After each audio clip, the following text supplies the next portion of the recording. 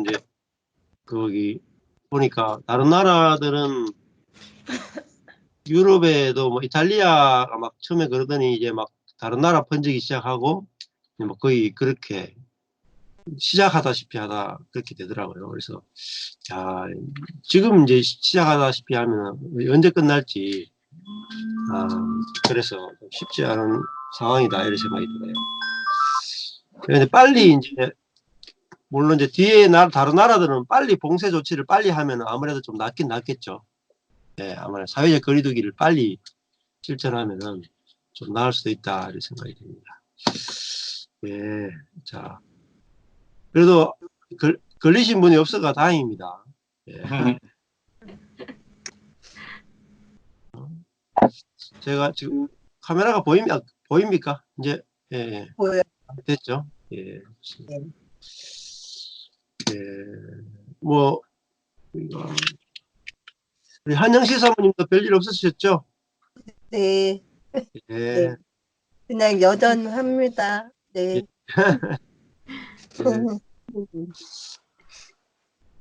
예, 예. 그러면 오늘 그 같이 말씀을 좀 살펴볼 거는 십자가에 대해서 이 한성 사모님 이걸 해야겠어요. 십자가의 의미에 대해서 7가지 말씀. 제가 컴퓨터 배터리 선이 잘 안 돼가지고 뭐 아이패드로 좀 바꿔야겠어요, 제 건. 예, 예, 바꾸세요. 예, 예. 예.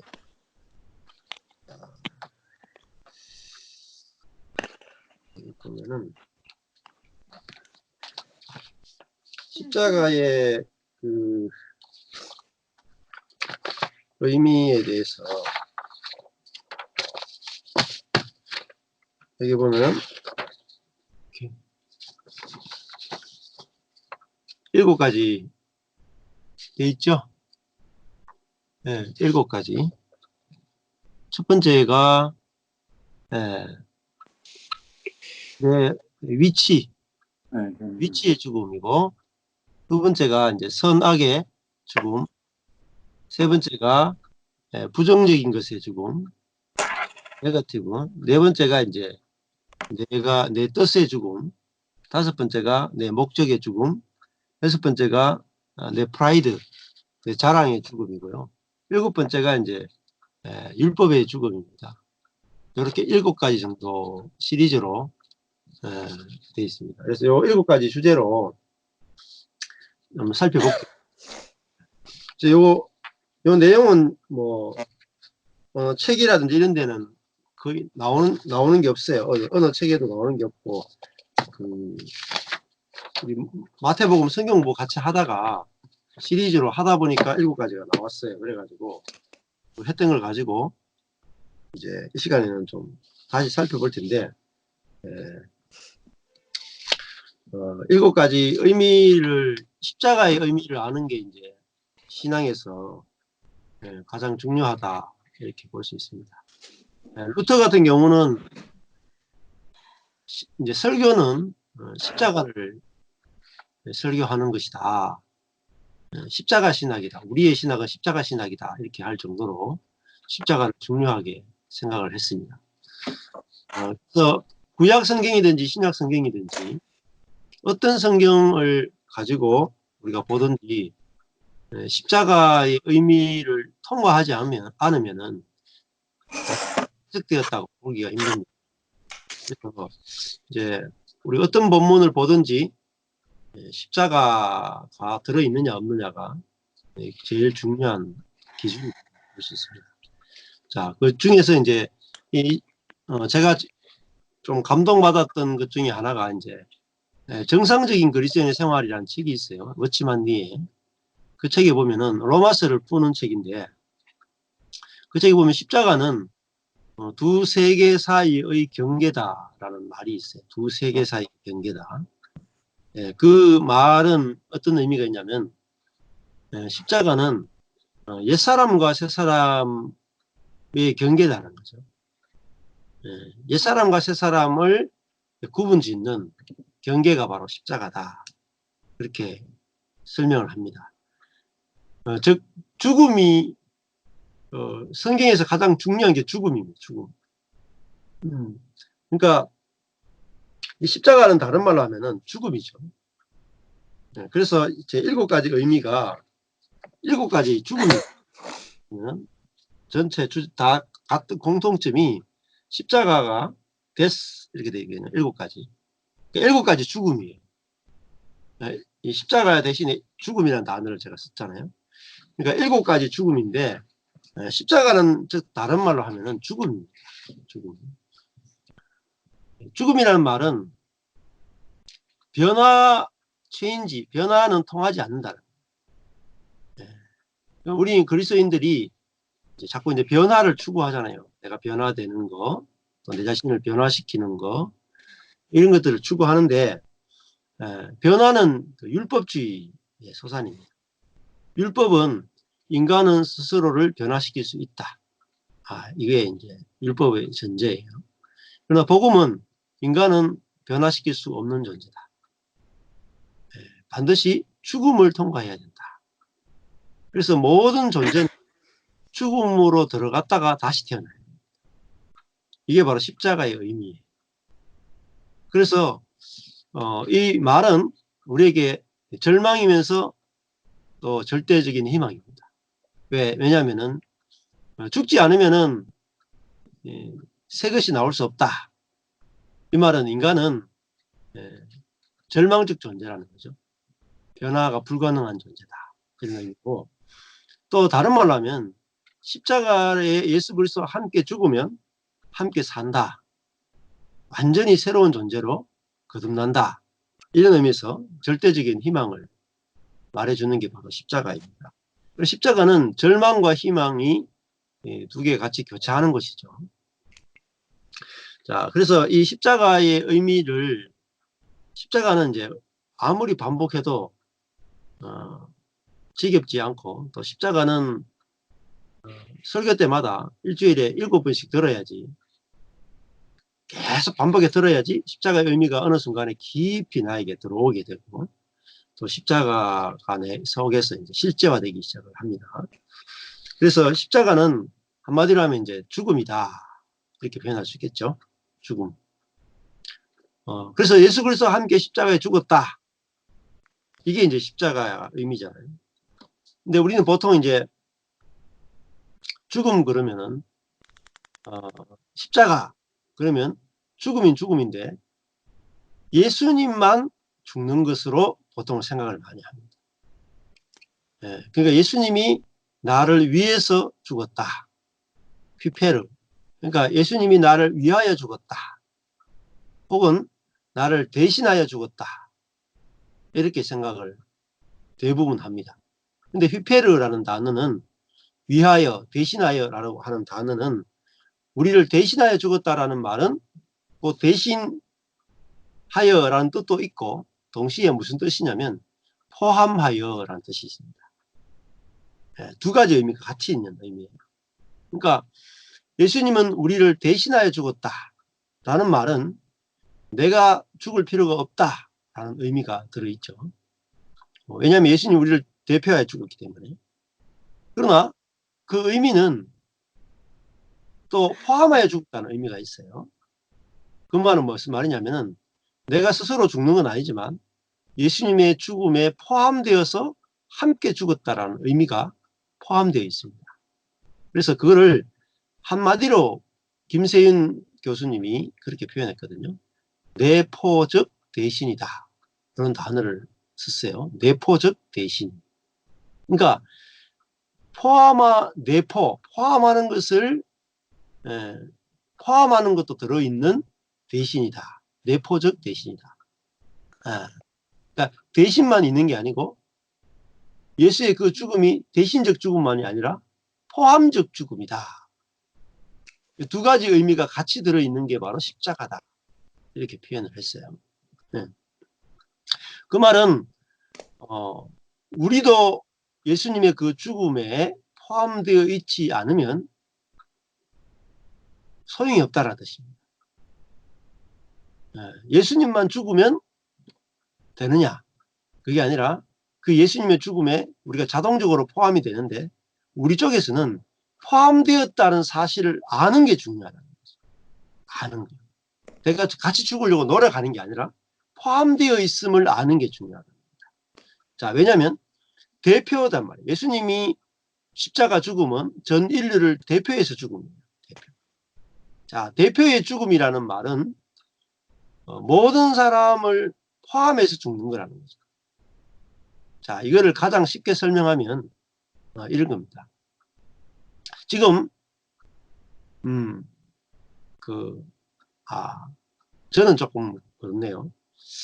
네, 만약에 저희 아들 큰아들로 칩시다. 전시원이라고 칩시다. 지금 고1인데 저는 이제 애를 다 낳았으니까 소용이 없어요. 죽어도 상관이 없어요. 근데 우리 큰아들이 이제 고1인데 우리 큰아들이 만약에 코로나로 걸려가지고 만약에 죽으면 어떤 죽음이 되느냐? 대표적 죽음이 됩니다. 또 포함적 죽음이 돼요. 무슨 말이냐면은 우리 아들이 죽으면 우리 아들 속에 있는 정자가 다 죽습니다.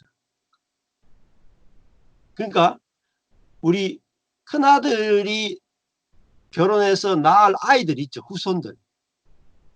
큰아들이 애를 낳기 전에 죽으면 어때요? 그 정자가 다 죽잖아요. 그러면 후손들도 어때요? 우리 큰아들이 애를 낳기 전에 딱 죽어버리면 어떻습니까? 후손들도 앞으로 낳을 후손들도 함께 죽는 거죠. 못 태어난단 말이에요. 출생이 불가능하단 말이에요. 같이 죽는 거죠. 그거를 대표적 죽음이라고 말하고 포함적 죽음이라고 말해요. 그러니까 예수님의 죽으심은 단순히 혼자 죽는 게 아니라 전 인류를 포함해서 죽는 것이단 말이에요. 그래서 이런 생각을 해본 적이 있죠. 저희 아버지가 6.25 때 이제 전쟁에 참전했거든요. 6.25 전쟁에 막 참전해가지고 총 쏘고 막 이래가지고 5년 동안 군에 복무하다가 돌아와서 늙은 총각이 됐다가 겨우겨우 결혼했어요. 저희 어머니랑 9살 차이인데. 예. 근데 6.25 전쟁 때 나갔다가 이제 저기 북한까지 올라갔다가 영화에 보면 국제시장 나오는 게 있잖아요. 뭐 중국들이 막 밀물듯이 내려와가지고 어쩔 수 없이 군인들이 저기 이제 그 함흥 이런 데서 큰 배를 타고 막 도망 내려오죠. 그때 아버지가 그거 타고 내려오셨다 하더라고요. 근데 그때 도망 나오다가 겨울에 눈이 막 내려가지고 산이 전체를 덮고 있는데 송 들고 막 이렇게 위로 올라가고 있는데 고지를 점령해가 이렇게 있는데 밑에서 갑자기 소리가 막 깽깽이 소리가 막 나더래요. 그래가지고 이 중국군이 오는구나 싶어가지고 큰일 났다 싶어가지고 막 보초를 쓰고 막 이렇게 보는데 한참 있으니까 산 전체를 뺑 다 둘러쓰더래. 도망갈 데가 없는 거예요. 근데 걔들이 그 추운데 신발도 제대로 없더래. 총도 없고 그냥 그 사사기 나오는 데 보면은 그것처럼 그냥 기도원 그 군대처럼 그냥 깽깽이 하고 뭐 횃불하고 이런 것만 들고 있는 거예요. 사람만 쫙 있는데. 근데 숫자가 너무 많으니까 무서워가지고 어떻게 했냐면은 다 버리고 막 혼비백산해가지고 막 산비탈을 막 달려가지고 내려오는데 미끄러져가 굴러 떨어진 거예요. 이렇게 산에서 떨어져가지고 일어나 보니까 혀를 깨물어가지고 혀가 이렇게 잘려가지고 피가 막 온몸에 막 다 흘러져 있더라. 예, 아버지가 그래가지고 혀가 잘린 상태였어요. 자기가 부딪혀가지고. 그래 그 혀를 이렇게 깨물고 막 미친 듯이 도망 나왔죠. 그래가지고 이제 그 배를 타고 부산까지 내려와가지고 부산에서 이제 치료 받아가지고 겨우 이제 혀가 붙어가지고 살게 된 거예요. 그러니까 그때 만약에 저희 아버지가 돌아가셨으면 어땠을까? 제가 이제 아버지 이야기를 들으면서 그런 생각을 해봤거든요. 어땠을 것 같아요? 그때 아버지 돌아가셨으면 저는 없는 거죠. 태어날 수가 없는 거죠. 죽은 거예요. 아버지가 죽을 때 저도 함께 죽고 아버지가 그때 살 때 저도 산 거죠. 그 아버지의 운명에 운명은 곧 나의 운명입니다. 같은 운명이다. 그러니까 예수님의 그 죽음에 내가 전혀 참여하지 않아도 내가 예수님의 죽음은 대표적 죽음이기 때문에 예수님이 죽으면 나도 죽고 예수님이 살면 나도 산다. 이것이 예수님의 십자가 부활의 의미예요. 네. 그러면 자, 예수님이 십자가에 죽었다. 그럴 때 우리도 함께 죽었다. 이게 이제 십자가의 의미죠. 그리고 예수님이 부활하실 때 우리도 부활했다. 이게 부활의 의미입니다. 네. 근데 그거는 현재적이에요. 자, 중요한 부분은 예수님이 십자가에 죽을 때 우리도 함께 죽었고 예수님이 부활할 때 우리도 함께 부활했어요. 과거 이미 이루어진 것이면서 또 현재 내 속에 이루어지는 것입니다. 네. 자, 이런 십자가에 대해서는 거의 들어본 적이 없을 거예요. 신학을 하는 분들도 거의 들어본 적이 없고 책도 거의 읽어본 적이 없을 거예요. 네. 그런데 이 십자가의 의미에 대해서 더 깊이 알게 되면 또 책들에 다 있어요. 있는데 이제 사람들이 관심을 안 가지기 때문에 모르는 거예요. 네. 그래서 이 십자가는 그러면은 예수님의 십자가의 죽음은 우리를 모든 사람을 포함하고 대신하여 죽으심인데 그러면 그 십자가의 죽음은 어떤 의미가 있냐는 거예요. 어떤 의미가 있냐. 그 죽음의 첫 번째 의미는 위치가 죽는 죽음이다. 위치. 첫 번째가. 이게 제일 중요한 겁니다. 제일 첫 번째가 제일 중요한 거예요. 위치가 죽는다. 이게 의미는 뭐냐면은 사람은 선악을 알게 하는 나무의 열매를 먹는 동기가 뭐냐? 하나님처럼 되고 싶었습니다. 하나님처럼. 네. 그러니까 사람은 처음에 창조되어질 때 피조물로 지음을 받았어요. 네, 피조물. 그러니까 피조물이라는 말은 하나님을 의존하는 존재로 지음받았다는 거예요. 의존적 존재.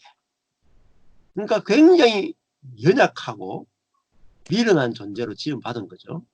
자, 피조물이라는 자체가 뭐냐면 의존체라는 거예요. 의존체. 그러니까 의존하는 존재는 다 미련하고 약한 존재죠. 그래서 하나님이 처음에 사람을 딱 지었는데 이 기독교 신학이 오해한 부분은 완전하게 지어졌다라고 착각한 거예요. 그게 기독교 신학의 아주 큰 오류입니다. 어마어마한 오류예요. 왜? 그건 왜냐면 헬라 신학의 영향을 받았기 때문에. 헬라 철학의 영향을 받았기 때문에. 네. 헬라 철학은 이제 철학이죠. 플라톤, 아리스토텔레스. 그래서 이 중세의 기독교는 기독교 하는 신학자들이 제일 존경하는 사람이 누구냐면 아리스토텔레스예요. 정말 웃기는 짬뽕이죠. 신학자들이 어떻게 아리스토텔레스를 존경할 수 있어요? 예수 그리스도를 따라가야 되는 사람이 철학자를 따라갔단 말이에요. 그만큼 이 중세 기독교 신학은 철저하게 철학의 신의 노릇을 했단 말이에요. 그래서 기독교 신학에 들어와 있는 아주 최고의 독서는 뭐냐면 철학입니다. 제가 철학과 출신이잖아요. 네. 그러니까 철학은 뭐냐면 인간의 가능성을 추구한다. 절대성, 가능성을 추구한다. 그래서 처음에 하나님이 인간을 딱 만들었다 그랬을 때 하나님 보시기에 심히 좋았다 이렇게 기록되어 있으니까 야, 인간은 죄를 짓지 않을 수 있는 그 선택의 자유를 가진 존재로 지음받았구나 이렇게 전제하고 들어간 거예요. 근데 그게 틀렸다라고 루터는 이야기한 거예요. 어거스틴도 그렇고 루터는 그렇지 않다. 처음에 하나님이 지으신 인간은 하나님을 의존하는 피조물로 지음을 받았다. 의존적 존재로 지음받았다. 그게 완전한 것이다. 자, 우리가 지금도 신앙에 있어서 제일 헷갈리는 부분이 뭐냐면 우리가 자꾸 완전해지려고 하죠. 온전해지려고 하죠. 근데 온전의 개념이 잘못되어 있는 거예요. 온전의 개념이. 노아는 당대의 온전한 자라. 그죠? 노아는 당대의 의인이고 온전한 자라. 그가 하나님께 은혜를 입었다. 이런 표현이 나오잖아요. 온전한 자라 그러면 우리는 무조건 율법을 완전히 지키는 자다. 이렇게 생각을 해요. 네, 완전히 잘못된 해석입니다. 온전한 자라는 말은 하나님을 절대적으로 의존하는 자라는 뜻입니다. 자, 의존하려면 뭐가 있어야 됩니까? 내가 미련하고 약함이 없으면 절대로 의존이 안 돼요. 자, 아기들이 부모를 의존합니까? 다 큰 아이들이 대학교 졸업한 아이들이 부모를 의존합니다. 네, 무조건 악이죠. 네. 근데 그 의존하는 것이 성경에서는 보면은 그게 온전한 거예요. 의존이 온전한 거예요. 그럼 의존이 뭐냐? 그걸 믿음이라고 해요. 믿음이 바로 의존이에요. 그걸 다른 말하면 경외, 경건이라고 합니다. 그러니까 믿음이라고 하는 것은 내 자신이 불완전하다, 연약하다, 미련하다. 이것이 정상이다라는 걸 전제를 깔고 있습니다. 자, 그런데 계속 우리가 이 생활을 하면서 내가 힘드는 경우는 뭐 때문에 힘듭니까? 계속 내가 힘든 것은 내가 미련하다고 생각될 때, 나는 왜 이렇게 미련할까? 나는 왜 이렇게 약할까? 나는 왜 이렇게 능력이 없을까? 이렇게 생각할 때 힘들어요. 힘들죠. 스트레스도 되고 열등감도 생기고 이기려고 막 힘들고 그렇죠. 그런 내 자신을 고쳐가지고 더 능력 있고 지혜 있는 존재를 만들려고 우리 끊임없이 노력을 하잖아요. 이마에 땀이 흐른단 말이에요. 그 수고가 그치려면 온전한 존재에 대한 개념이 바뀌어야 됩니다. 하나님은 사람을 지을 때 관계적 존재로 지었다. 관계 안에서 온전한 것은 연약한 겁니다. 관계가 없으면 독립해가 쓰려고 그러면 자기가 완벽해야 돼요. 그러나 하나님과의 관계 안에 서는 데 있어 온전한 것은 의존하는 것이 온전한 거죠. 그래서 내가 미련하고 약한 것이 하나님을 의존하기에 가장 좋은 상태구나. 가장 온전한 거구나. 은혜 받기에 가장 합당한 거구나. 축복받기에 완전한 것이구나. 이렇게 알면 안식이 와요. 그래서 안식은 어디서 와야 되냐면 하나님을 아는 지식과 내 자신을 아는 지식이 일치돼야지 안식이 옵니다.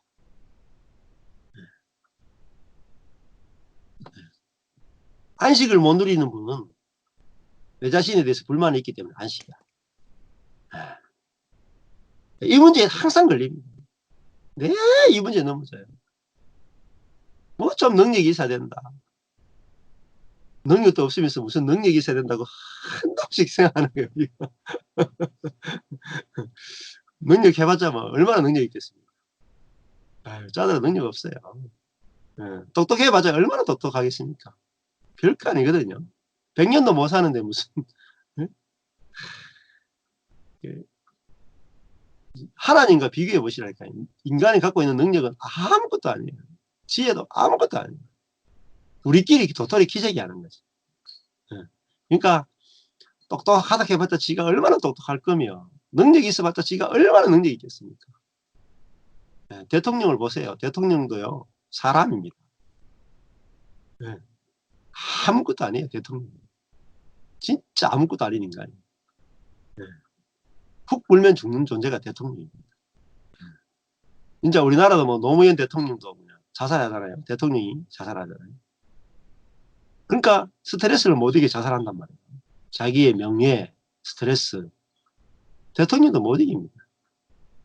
아무것도 아니에요, 인간은. 그걸 알면은 오히려 인간의 절대적 연약함을 알면 열등감이 사라집니다. 인간은 아무것도 아니다. 이렇게 알면 두려움이 없어져요. 열등감도 사라집니다. 오히려 담대해집니다. 그래서 인간은 사실은 성경에서 말하는 인간은 다 똑같아요. 차별이 없어요.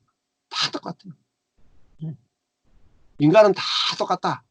다 하나다. 다 연약하다. 다 미련하다. 이러면 고민이 없어져요. 고민이. 차이가 있다고 생각하기 때문에 수많은 고민들이 생겨나요. 그래서 이 십자가는 차이가 나는 모든 인간을 다 죽이는 게 바로 십자가입니다. 그러니까 모든 사람이 다 죽어야 되는 곳이 어디냐? 십자가예요. 그래서 어떤 사람도 죽음은 통과할 수 없어요. 그렇죠? 가장 공평한 곳이 어디냐? 십자가예요. 죽음은 저주이지만 또 다른 말로 하면 가장 큰 축복이 죽음이에요. 모든 사람이 다 죽는다. 얼마나 공평한지 몰라요. 아무리 까불어 보세요. 죽는다. 그러니까 아무리 이뻐봤자 죽어요. 아무리 똑똑해봤자 죽어요. 그러면 누가 더 후회가 될까요? 네? 죽는데 이쁜 사람이 죽는 거하고 못생긴 사람이 죽는 거하고 누가 더 후회가 될까요? 이쁜 사람이 죽는 게 더 후회가 됩니다. 네? 얼굴이 늙어가는데 못생긴 사람은 늙어가도 별 후회가 없어요.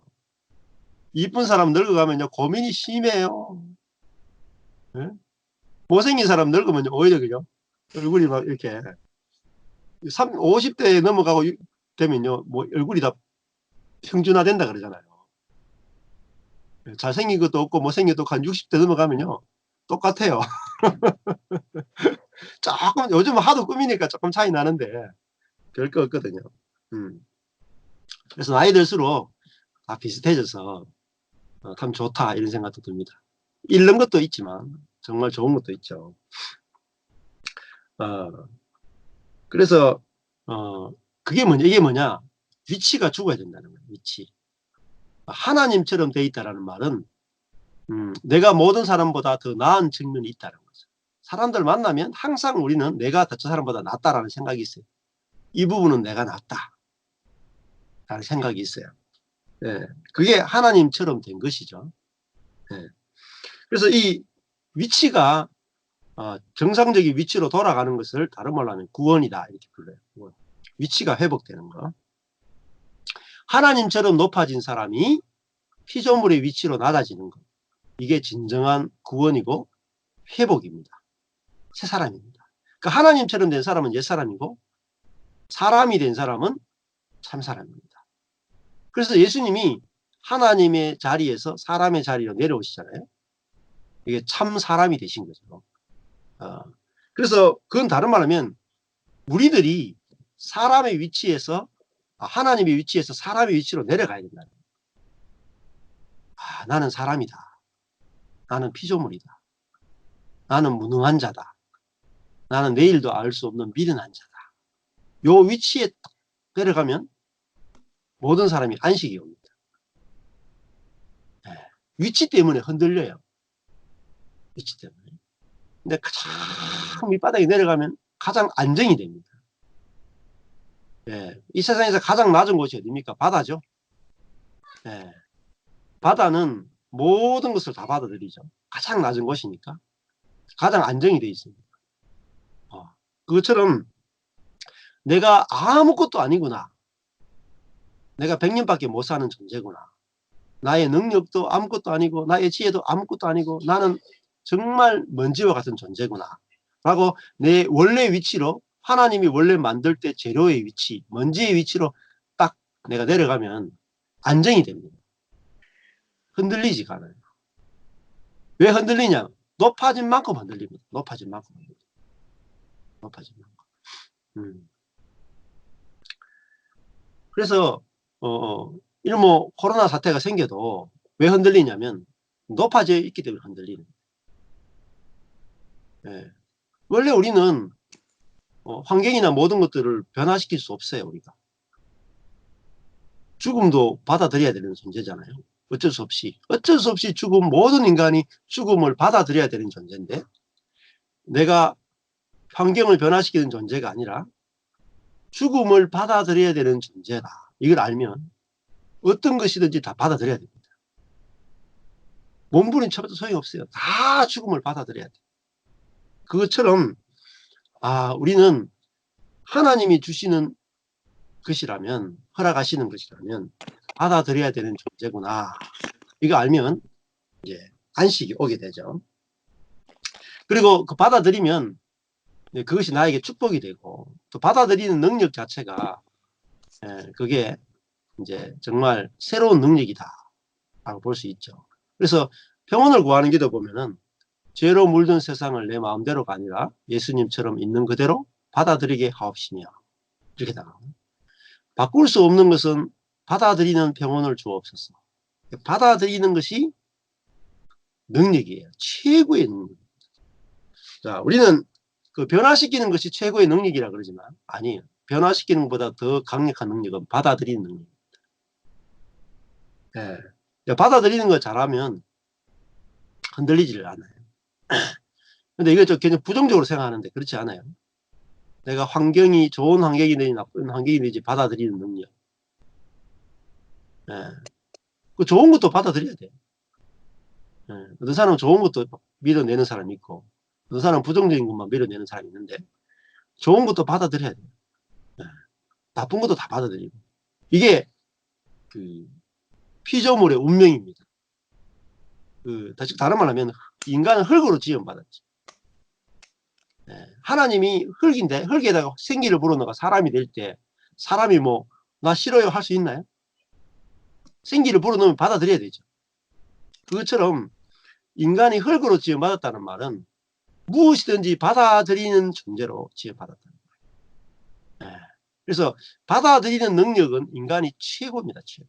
사실은 빈 그릇으로 지음받았기 때문에 받아들이면 내 속에서 이게 시간이 지나면 놀라운 것들로 다 바뀌어요. 그래서 사람도 받아들이고 환경도 받아들이고 그런 능력이 이제 위치가 바뀌면 생겨나게 됩니다. 위치가. 자, 하나님처럼 높아진 위치에서 나오는 게 뭐냐? 이제 이게 해보면 하나님처럼 높아져 있는 사람은 자기가 이제 하나님 노릇을 하게 돼요. 그 시편 1편에 보면은 오만한 자의 자리에 앉아 있다. 복 없는 사람은 오만한 자의 자리에 앉아 있다. 이렇게 돼요. 그게 바로 하나님의 위치에 앉아 있다. 그래서 사람은 태어날 때부터 어느 자리에 앉아서 태어나느냐? 하나님의 자리에 탁 앉은 자리에서 태어납니다. 모든 사람이 마음으로. 하나님의 자리에 앉아 있기 때문에 뭐가 나오느냐? 선악이 나와요. 항상 내 중심에서 내가 모든 것을 이건 선하고 이건 악하다. 내 관점에서 선악의 판단이 나옵니다. 그러니까 위치가 높으면 무조건 선악의 판단이 나와요. 그러니까 위치가 낮아지면 선악이 없어져요. 내가 아무것도 아니구나. 내가 선도 악도 선택할 능력도 없고 실행할 능력도 없구나. 이러면 선악이 없어지는데 내가 선악을 행할 능력이 있다 생각하면 선악의 판단이 다 나옵니다. 그래서 나는 선도 악도 판단할 능력도 없고 행할 능력도 없구나. 이렇게 알면 선악이 다 사라져요. 그 다음에 내가 하나님의 위치에 마음이 이미 하나님 위치에 딱 있는 것을 부패라 그래요. 이미 우리가 하나님 위치에 딱 있어요. 그래서 뭐가 나오느냐? 오늘 설교 때도 했던 것처럼 뭐가 나오냐면 좋은 일 나쁜 일이 끊임없이 만들어져요. 자, 좋은 일 나쁜 일은 객관적으로 좋은 일 나쁜 일은 없습니다. 좋은 일 나쁜 일은 우리의 마음에서 만들어집니다. 그렇죠? 마음에서 만들어져요. 객관적인 게 없어요. 사실 우리 마음이. 그래서 예수님도 밖에서 안으로 들어가는 것이 우리를 더럽게 하는 게 아니고 우리 마음에서 나오는 것이 우리를 더럽게 한다는 말은 우리의 마음에 문제가 있단 말이에요. 마음에. 그래서 마음이 좋고 나쁜 걸 결정해 버려요. 자, 성경의 대표적인 예가 가나안 땅에 들어가라 할 때 정탐꾼들이 정탐을 하고 오는데 10명은 불가능하다 하고 이야기하죠. 여호수아 갈렙은 가능하다고 이야기하잖아요. 객관적으로 보면 뭐예요? 불가능해요. 가나안에 들어가는 건 객관적으로 불가능해요. 그래서 그들은 10명의 정탐꾼은 객관적으로 불가능하기 때문에 불가능하다고 이야기한 거예요. 뭐가 잘못됐어요? 하나도 잘못된 게 없죠. 생각해보니까 100원짜리 들고 만원짜리 물건 사러 가서 못 사는 것은 정확하지 않습니까? 그 말 했다고 해서 40년 동안 뺑뺑이 돌리면 누가 잘못입니까? 하나님이 잘못한 거죠. 그 사람들은 정확하게 본대로 이야기한 것밖에 없어요. 가난에 들어가는 것은 정확하게 계산 두들겨 보니까 못 들어갑니다. 객관적으로 이야기했어요. 근데 하나님 그거 싫어하셨어요. 객관은 없습니다. 내가 속는 거예요. 객관에 속는 거야. 내 생각에 속는 거야.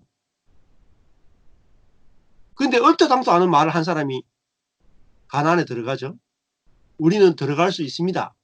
얼토당토 않은 말도 안 되는 이야기를 한 사람이 갈렙과 여호수아예요. 가난에 들어갔거든요. 그러니까 성경에서 말하는 선악의 기준은 하나님이에요. 사람이 아니에요.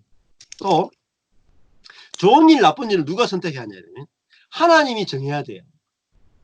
좋은 일 나쁜 일을. 근데요 우리가 다 정합니다. 좋은 일 나쁜 일 우리가 다 결정하고 살아요. 하나님께 물어보지도 않습니다. 이 일이 좋은 일입니까 나쁜 일입니까? 아무도 안 물어봐요. 근데 옛날에 구약에 보면 다윗은 하나님께 물어봤다 그러죠. 경건한 자는 물어보고 경건하지 않은 자는 안 물어봐요. 예, 자기가 이미 다 선택해서 사는 거예요. 자, 그러므로 우선은 뭘 미워해야 되냐? 내 생각을 미워해. 내 생각이요? 이게 뭐예요? 내 생각이 아니에요. 내 안에 있는 타락한 사단이 주는 생각이란 말이에요. 내 생각이 사단이 주는 생각이라는 사실을 알아야 내 생각으로부터 자유케 돼요. 네. 내 생각의 많은 부분이 거의 대부분이 사단의 생각입니다. 근데 내가 사단하고 같이 사는데 하나님하고 같이 산다고 자꾸 착각하는 거예요. 아니에요. 내 생각의 많은 부분이 사단이 주는 생각이에요. 그 분리가 이루어져야 돼요. 분리가. 말씀을 들어야지 이게 쪼개진다.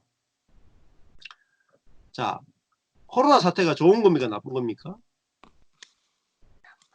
우리 나쁘다고 이미 딱 전제하고 들어가잖아요. 그게요 속는 거예요. 요셉이 감옥에 갇히고 노예로 팔려가는 게 좋은 일입니까 나쁜 일입니까? 요셉한테 물어보면 무조건 나쁘다 그러겠죠. 아니에요. 하나님 입장에서 보면 그게 선한 일이에요. 그러니까 우리가 얼마나 좋은 일 나쁜 일을 우리 스스로 판단하고 살아가냐. 그게 하나님처럼 돼 있단 말이에요. 하나님의 위치에 딱 앉아가지고 나에게 일어나는 모든 일을 내 중심적으로 다 판단하는 거예요. 자, 내가 하나님이 되면 어떤 일이 되느냐? 하나님이 없으문이다. 내가 하나님 되는 게 뭐야? 우상숭배. 하나님이 없는 거예요. 내가 하나님 되면 하나님이 없다라는 거예요. 내가 어디로 가야 되냐면 나는 피조물의 위치로 돌아가야 돼. 선하게 판단을 하지 않는 자리로 가야 된단 말이에요. 나는 모릅니다. 모릅니다가 뭐예요? 어리석다는. 십자가는 어리석은 게 십자가예요. 나는 선하게 판단할 수 없는 존재입니다. 십자가가 내가 보기에는 악해 보여도 당신이 선이라 그러면 선입니다. 이게 피조물의 위치예요. 위치. 그러니까 내 삶이 어려워도 내가 보기에 이게 악해 보여도 그건 내 생각이죠. 근데 내 생각이 어디서 왔느냐? 사단으로부터 왔단 말이에요. 이게 사단의 생각이구나. 사단이 나하고 짝짝꿍이가 내가 하나가 돼 있단 말이에요. 그래서 나에게 일어나는 일이 나쁜 일이다. 이거 판단해 놓고 나서 우리는 뭐 하냐면 기도합니다. 그때부터. 하나님 이게 나쁜 일인데 이 나쁜 일 빨리 고쳐주세요. 바꿔주세요. 기도해요. 그럼 이미 졌는 거예요. 이미 졌어요. 이미 사단에게 정복돼 있어요. 생각이. 기도를 올바르지 못한 용도로 쓰는 거죠. 예, 자기가 다 판단해 놔놓고 그다음에 하나님한테 이렇게 맞춰달라고 기도하는 거예요. 예. 자, 그래서 이걸 알면 정말 좀 많이 자유해집니다. 저도 제 생활이나 제 자신을 볼 때 나쁘다, 좋다 판단을 많이 안 해요. 또 내 상황을 볼 때 이게 좋은 일이다, 나쁜 일이다 판단을 잘 안 해요. 이게 판단이 줄어드니까 부침이 없어져요. 부침이 많이 줄어들어요. 정말 많이 없어져요. 네. 이 일이 좋게 될 일일지 어떻게 알아요? 네. 그리고 대부분의 나쁜 일은, 고난이나 나쁜 일은 좋은 일입니다. 네. 대부분의 좋은 일은 나쁜 일일 수도 있고. 왜냐하면 나쁜 일은 뭘 부수뜨리냐면 내 높아진 위치를 무너뜨려요. 내가 하나님처럼 된 위치를 무너뜨려서 내가 아무것도 아닙니다 라는 위치로 회복시켜주는 게 고난의 역할입니다. 그래서 고난이 유익이 되려면 내가 원 위치로 돌아가야지 고난이 유익이 되지, 원 위치로 안 돌아가는 것은 다 저주입니다. 저주. 그래서 남편하고 막 싸운다, 남편이 내 말 안 듣는다, 좋은 일입니까 나쁜 일입니까? 좋은 일이죠. 왜냐하면 내가 그만큼 마음이 높아져 있으니까 남편이 내 말 들어야 된다고 생각하는 거죠. 그렇죠? 네. 그러니까 남편이 말을 안 들어보는 말미암아 나는 남편을 조정할 수 있는 능력이 없는 사람이구나 알고 위치로 돌아가죠. 나는 사람을 바꿀 능력이 없고 내 자신도 바꿀 능력이 없고 나는 하나님의 은혜만 필요한 존재구나 라고 내 위치로 딱 돌아가게 만들어지는 거죠. 고난이. 그 자리에 있게 되면 내 마음이 이제 평안해지고 더 이상 이제 이렇게 비난이 많이 나오지 않게 됩니다. 그래서 이 위치가 어느 자리에 있느냐에 따라서 우리 삶이 너무너무 달라집니다.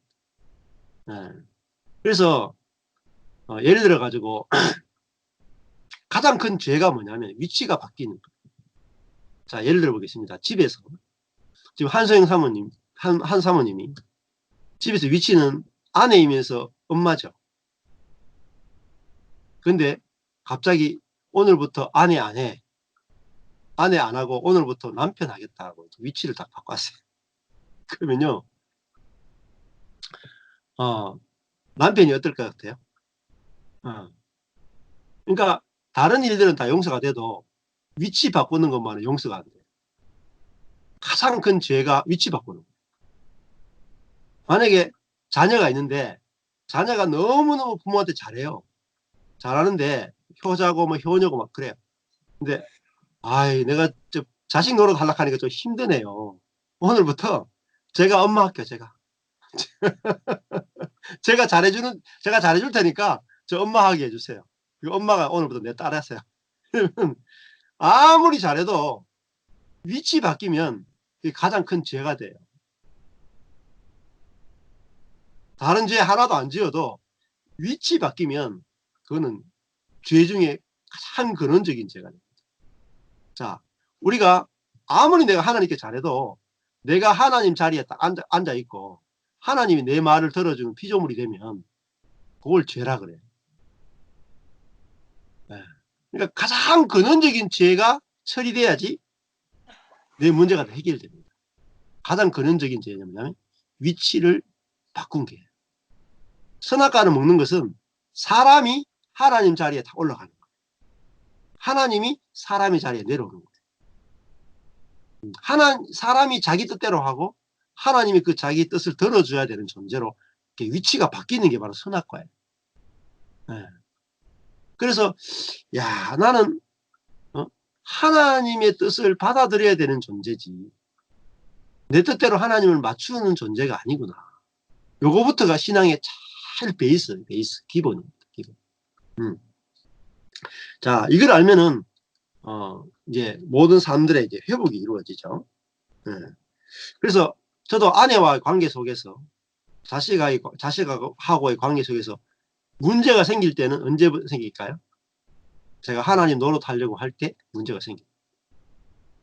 네, 제가 아내보다 더 높은 위치로 딱 갈수록 딱 가자마자 아내가 귀신처럼 알아요. 저 인간이 내보다 위에 있구나. 사람은요, 이게 본능이, 최고의 본능이 뭐냐면, 저 인간이 내 위에 있냐, 아래에 있냐. 요게요, 아주 민감합니다. 아주 민감. 이거는요, 너무나 민감해요. 가장 스트레스 받는 지점이 이겁니다. 근데 내가, 야, 남편이다 그러면 안 돼요. 이제 아빠라 그러면 안 돼요. 내가 남편, 아빠 오늘부터 다 폐업하고 뭐로 가야 되냐면 나는 아무것도 아닙니다. 위치로 가야 돼요. 네? 아내도 접어야 돼요. 아내 그 폐업해야 돼요. 네. 그 엄마 폐업해야 돼요. 나는 엄마이기 전에 뭐예요? 아무것도 아니고. 네. 내가 아들하고 관계 속에서 계속 올라오는 게 뭐겠어요? 아빠들이 계속 속에서 올라오는 게 뭐겠어요? 나는 아들보다 지혜롭다. 나는 아들보다 능력 있다. 비교가 계속 올라와요. 저도 그런데 비교 올라오면요. 올라올 때마다 지옥이에요. 저 아들이 내 뜻대로 왜 안 하는가? 내 지혜대로 왜 안 하는가? 저렇게 답답한 일이 있나? 저렇게 가면 무조건 실패하는데. 이제 아빠들의 스트레스 만땅이 뭐냐면 아빠들은 인생이 다 보이잖아요. 인생이 다 보이잖아요. 다 보여가지고 네? 그 이야기 해주는데 애들은 안 따라. 그 누가 답답할까요? 아빠가 답답해주고. 우리 자영도 그런데 자영 중에 한 분이 굉장히 이제 똑똑하거든요. 정확하고 아주 착하고 이래요. 아주 똑똑하고 뭐 예의도 바르고 최고의 자영 중에 한 명인데 제가 이런 자영이 있나 할 정도로 최고의 자영. 그러니까 형님보다 더 잘해 저한테. 근데 이 자영이 너무 어릴 때 이제 공부할 여건이 안 돼가지고 힘들어가지고 그렇게 보냈는데 그래도 똑똑하니까 자기 아들은 자기처럼 실패 안 하겠다고 완벽하게 아들을 준비시켜가고 하는데 아들과 기질이 달라가지고 다시 애 교육에 실패했어요. 그러니까 우리가 어느 자리에서 실패하느냐? 내가 똑똑하다고 생각하고 내가 지혜롭다고 생각하고 내가 능력 있다고 생각하면 사람들하고 부딪혀요. 계속 부딪혀. 그건 뭐냐면 하나님의 자리에 있단 말이에요. 내가 하나님의 자리. 그래서 나의 지혜가 틀릴 수도 있구나. 그게 대표적인 게 뭐냐면은 야곱이 요셉을 양육하고 키우는 것이 요셉이 잘 클까요? 아니면 요셉이 인신매매 당해서 외국으로 노예로 팔려가는 것이 요셉이 잘 클까요? 우리 성경을 잘 아시죠? 우리 성경은 요셉이 팔려가고 노예가 되고 이게 참 잘 되는 거라고 생각하잖아요. 현실로 돌아오면 우리는요, 우리 아이들이 그렇게 큰다. 절대 거절입니다. 절대 안 돼, 그거는. 하나님 그러면 하나님 죽여버릴 거야. 절대 그러면 우리 애들을 절대 그렇게 키우면 안 돼. 요셉처럼 키우면 안 돼. 안 그래요? 하나님 우리 아들을 그렇게 키우신다. 도저히 하나님을 받아들일 수가 없어요. 어떻게 하나님 우리 아이들한테 저렇게 그런 짓을 허용하실 수 있느냐. 근데 보세요. 야곱이 요셉 데리고 키웠으면요. 네. 집안 말썽 꾸리기밖에 안 돼. 네? 채색 옷 입고 그죠? 지 잘난 줄 알고 그죠? 형들하고 계속 부딪히고요. 말썽 꾸리기밖에 안 돼. 근데 형들이 동생을 인신매매하는 극악한 죄가 그 집에 있었죠. 근데 그 극악한 죄를 통해서 아버지 야곱은 요셉이 죽은 줄 안단 말이에요. 자기 마음에서 완전히 죽었어요, 아들이. 근데 죽었던 아들이 살아서 돌아오죠. 누가 키웠어요? 하나님이 함께 하심으로. 하나님이 키우셨죠. 야곱이 보기에는 지극히 나쁜 일이에요. 그죠? bad news랍니다. 너무너무 나쁜 일이에요. 하나님 입장에서 보면 굿뉴스. 성경은 이런 일들이 버글버글해요. 창세기부터 계시록까지 지금 제가 설명한 예를 이야기하라 그러면 하루 종일 이야기도 이야기 못해요. 전부 이런 이야기예요. 누가 보기에 좋은 일이냐, 누가 보기에 선한 거냐, 전부 이 싸움이에요. 그래서 저희들이 위치로 돌아가야 돼요. 나는 소경입니다. 좋은 일 나쁜 일을 알아볼 수 없는 소경입니다. 내 아들이 죽든, 예? 야곱이 자기 아들이 죽었잖아요. 요셉이 죽었다고 알았잖아요.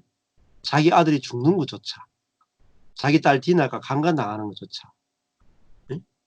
이게 좋은 일인지 나쁜 일인지 우리는 알 수가 없는 거예요. 예. 그래서 내가 이 선악을 구분할 수 없는 자고 좋은 일 나쁜 일을 구분할 수 없는 자구나 라고 그 자리에, 어리석은 자리에, 십자가의 자리에 다 내려가면 내가 오히려 안정이 와요. 나쁜 일이 없어진다. 흔들림이 없어지는 거죠. 그리고 어떻게 되냐면 주님이, 나는 능력이 없으니까 주님이 이 일을 어떻게 사용하시는지 지켜보겠습니다. 이렇게 주님을 의존하게 되는 거죠. 그러면 이게 바로 새로운 피조물이 되는 것이죠. 많이 안정이 됩니다. 자, 이게 바로 안식에 들어가는 거죠.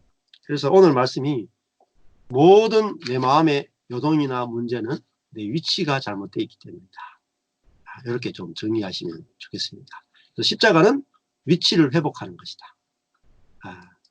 이걸 좀 잘 기억하시면 내가 어떤 문제를 흔들리거나 요동칠 때 내가 내 스스로 문제를 해결하려고 하기 때문에 요동치는구나 하고, 내가 그런 능력이 있는 존재인지부터 보시면은 좀 답을 찾을 수 있을 거라고 생각됩니다. 네, 감사합니다. 여기까지 말씀을 정리하겠습니다. 나눔을 좀 할게요.